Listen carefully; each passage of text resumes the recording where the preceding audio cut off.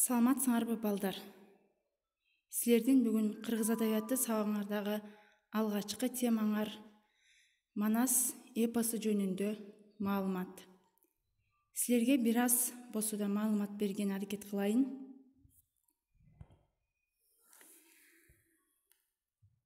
Балдар, бул китептер өзүңөр билгендей Манас эпосунун китептери.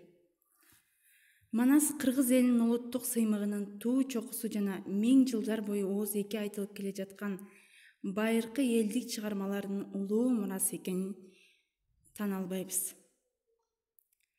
Негизинен эпоста Жакып хан уулу Манас баатырдын жана анын тукумунун эл жердин азаттыгы, биримдиги жана элдердин достук карым-катнашын бекемдөө үчүн күрөшү баяндалган эпикалык дастан. Манас эпосу жаралганда эле азыркы көлөмүндөгү сюжеттик түзүлүшүндөгү чыгарма болгон эмес. Улам кийинки муундагы айтуучулар, жомокчулар, манасчылар толуктап, мазмунун кеңейтип, байытып, татаалдашып отуруп, мына бүгүнкү күндөгү деңгээлге жеткен. Манас эпосу жөнүндө айрым бир кызыктуу факттардан айта кетсем.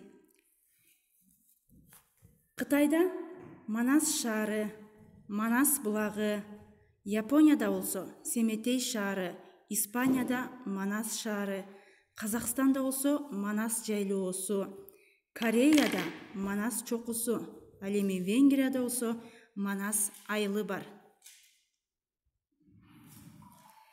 Эпоста 600дөн ашык каарман сүрөттөлөт. Дүйнөлүк адабияттагы ири чыгармалардын бири Лев Толстойдун Согуш жана тынчтык роман поэмасында 500дөн ашуун каарман катышат. Ал эми биздин Манас эпосубузда болсо балдар, каармандар бул чыгармадан да көптүк кылат. Манас эпосундай көлөмдүү чыгарма дүйнөдө жок.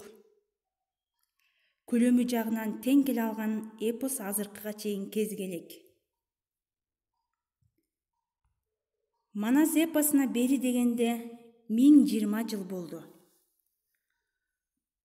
Манас эпосу качан пайда болгон? Бул жаатта көз караштар арбын. 1995 жылы бул улуу эпостун 1000 жылдыгын дүйнөлүк масштабта белгилегендигин эске алсак, анда азыр ага туура 1020 жыл болду.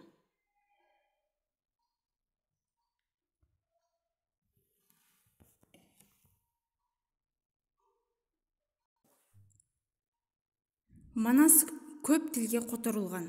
Окумуштуулардын айтымында дүйнөдөгү ири делгендердин ичинен араб жана испан тилинен башка негизги тилдердин баарына которулган.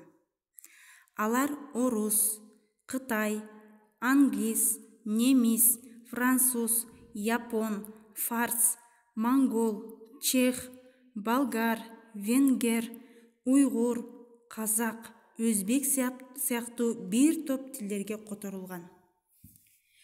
Дүйнөлүк мурастардын катарында турат. Манас эпосунун 3 жылдыгы ЮНЕСКОнун материалдык эмес, маданий мурастар тизмесине Кыргызстандын атынан катталган. Андан тышкары, Кыргызстаныбыздын өзүнүн гана борбордук жайларында Манас атабыздын эстелиги тургузулган. Андан башка, Манастын күмбөзү боюнча кошумча айтып кете турган болсом, балдар, элдик уламыштар боюнча Манастын күмбөзү Манас баатырдын жубайы Каныкейдин буйругу менен салынган. Күмбөздүн кыштарын силерге түшүнүктүү болуш үчүн айтайын. Кыш деген бул кирпич. Ошол Манас баатырдын жубайы Каныкейдин буйругу менен салынган деп атат. Күмбөздүн кыштарын алыскы жерлерден алып келинген өзгөчө топурактан жасап, ага эчкинин жүнү менен каны кошулган экен. ошондой эле даярдалып жаткан кыштарды бекем болсун деп казанга бир канча 1000 койдун майы менен чогуу кайнатышыптыр. Ал эми Каныкей Манас Баатыр менен чогуу көптөгөн кымбат баалуу буюмдарды көмгөн деп да айтылып жүрөт. Мына балдар, силерге бир аз болсо дагы маалымат топтоп бергенге аракет кылдым. Ал эми үйгө тапшырма болот силерге. Китебиңердин, окуу китебиңердин 7-8 бетин карасаңар, тапшырма бар. Мен азыр Google класска жазып коем. Силер дагы ошол Google класстан тапшырманы жөнөтөсүңөр. Андан бөлөк балдар, Манас деген кимин жазышкан? Мына ошонун обонун Динар Мамбетакунова, ал эми сөзүн Ашым Жакыпбеков деген адамдар жазышкан. Аны мен силерге ссылка менен жөнөтөм, угуп койсоңор болот.